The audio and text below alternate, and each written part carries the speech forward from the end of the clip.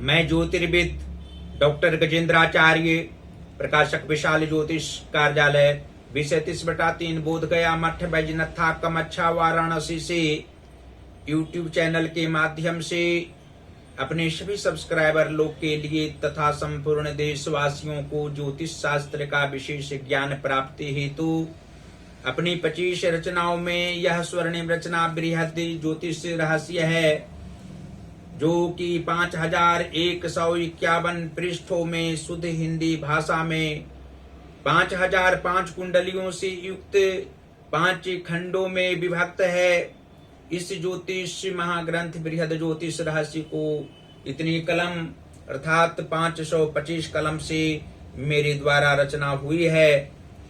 आज आप लोगों को जन्म कुंडली की सप्तम भाव में मंगल एवं बुध ग्रह को एक साथ बैठने का फल स्पष्ट शब्दों में वर्णन करने जा रहा हूँ।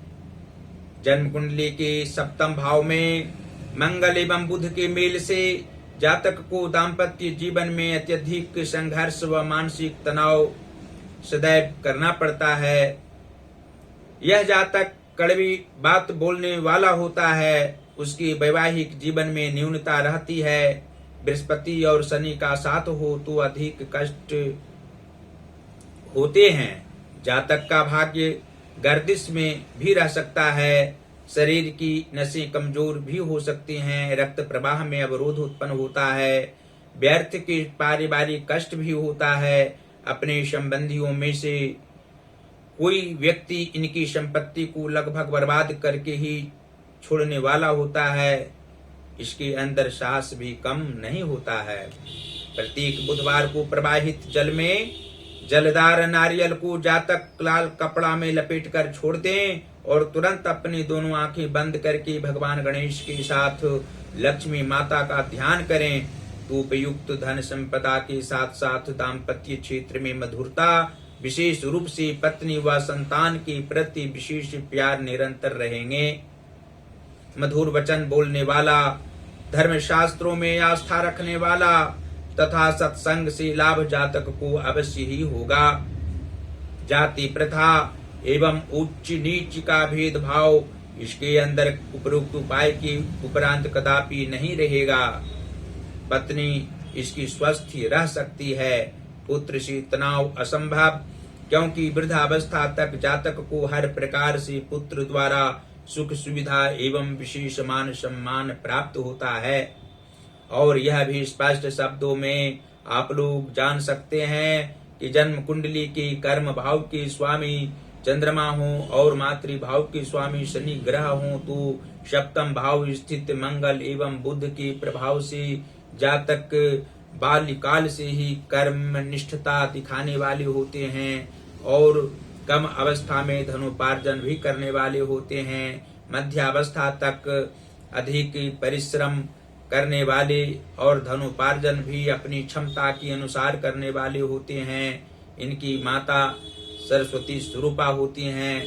अपने विचारों के अनुसार अन्य परिवार परिजनों को चलने की प्रेरणा प्रदान करने वाली होती हैं और मानसिक तनाव व्यक्तिगत रूप से नहीं पारिवारिक रूप से करने वाली होती हैं। इनकी दीर्घायु होती है और जातक के प्रति विशेष चिंता करने वाली होती हैं, लेकिन आगे की अवस्थाओं में इनको चिंता करने की आवश्यकता इस जातक के प्रति मुख्य रूप से नहीं रहा करती है।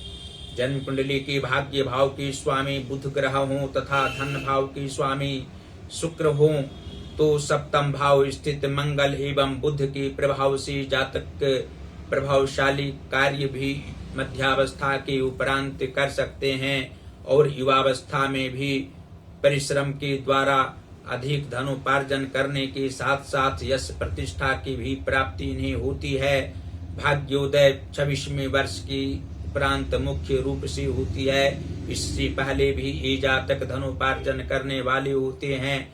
धन के लिए मर मिटने की बात नहीं सोचते हैं। ये अपने परिश्रम से अपनी बुद्धि के अनुसार धनोपार्जन करने वाले अंत अवस्था तक होते हैं और अंत अवस्था में भी धनाभाव किसी भी रूप में इनको नहीं रहता है। जन्म कुंडली की एकादश भाव के स्वामी सूर्य ग्रह हों तथा पंचम भाव के स्वामी शनि ग्रह हों तो सप्तम भाव स्थित मंगल एवं बुध के प्रभाव से जातक अपनी कर्मनिष्ठता के बल पर सभी अवस्थाओं में धनोपार्जन स्वतंत्र रूप से करने वाले होते हैं। लाभ की संभावना किसी भी काल में इनको रहा करती है और संघर्ष करने से किसी भी रूप में डरने वाले नहीं होते हैं, कदापि पीछे रहने वाले नहीं होते हैं और पुत्र सुख की प्राप्ति इनको यथा समय पर अवश्य ही प्राप्ति होती है और संतान सुख से जातक अभिनिहित रहा करते हैं। इनके विचारों के अनुसार इनकी सभी संतानें चलने वाली होती हैं। इनसे कम विद्या अध्ययन करने वाले कोई नहीं होते हैं। पारिवारिक क्षेत्र में भी किसी भी प्रकार से कमजोर कोई व्यक्ति नहीं होता है।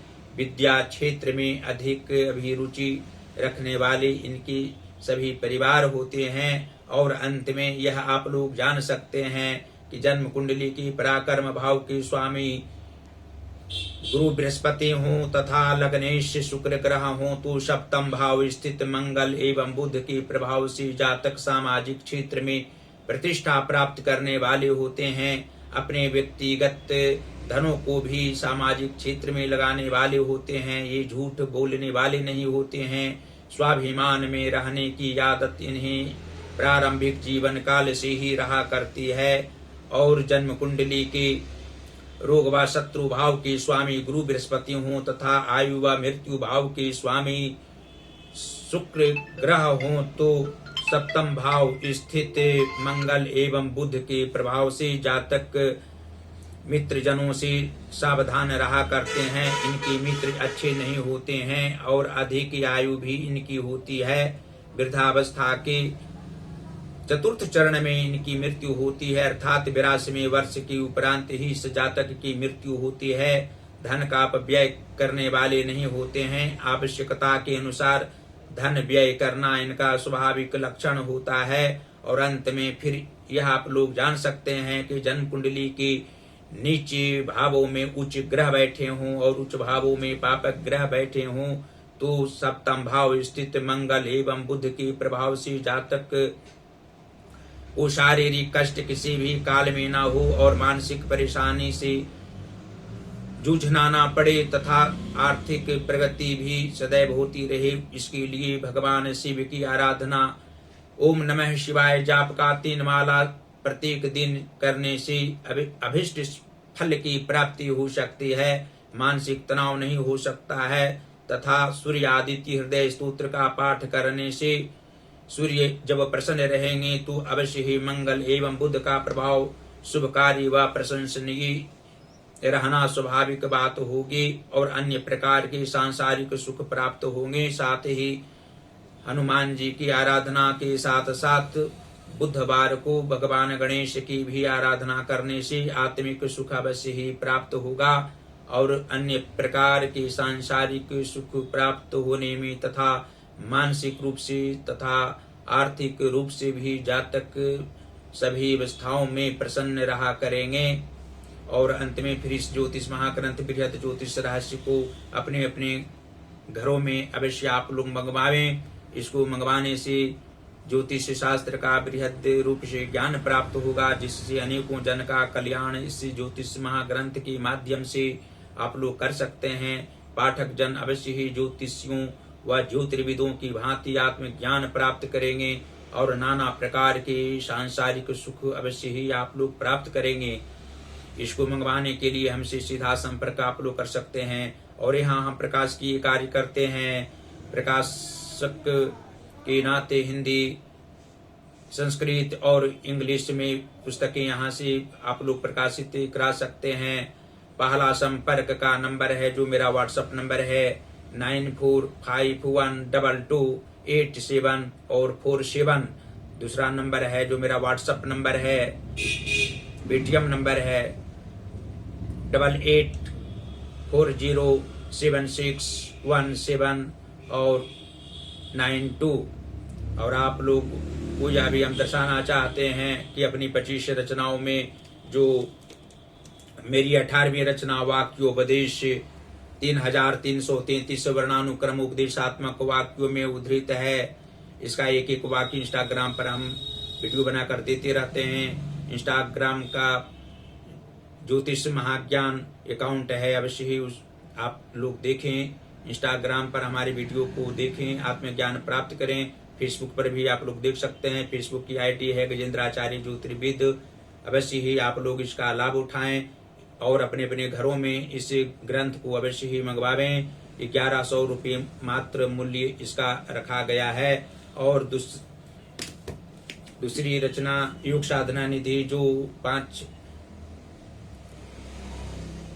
मेरी 7वीं रचना है, 125 प्रश्नोत्तर में उद्धृत योग साधना निधि।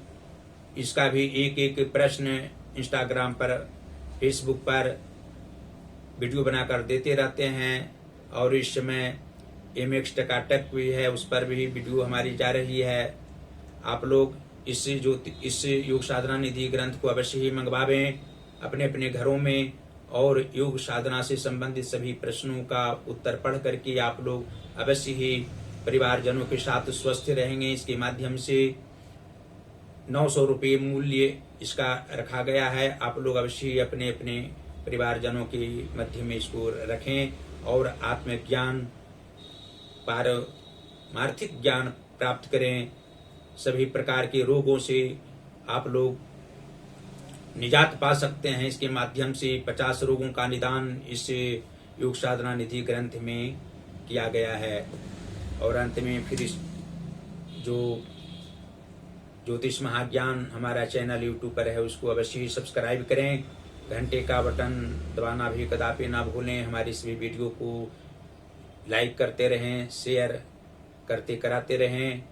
देवाधिदेव महादेव भगवान श्री काशी विश्वनाथ जी की असीम कृपा तथा माता अन्नपूर्णा जी की भी परम कृपा आप लोगों पर बनी हुई रहे। आप लोग सदैव स्वस्थ रहें, प्रसन्न रहें और अपने परिवार परिजनों के साथ सुखमय मंगलमय जीवन नित्य दिन व्यतीत करते रहें।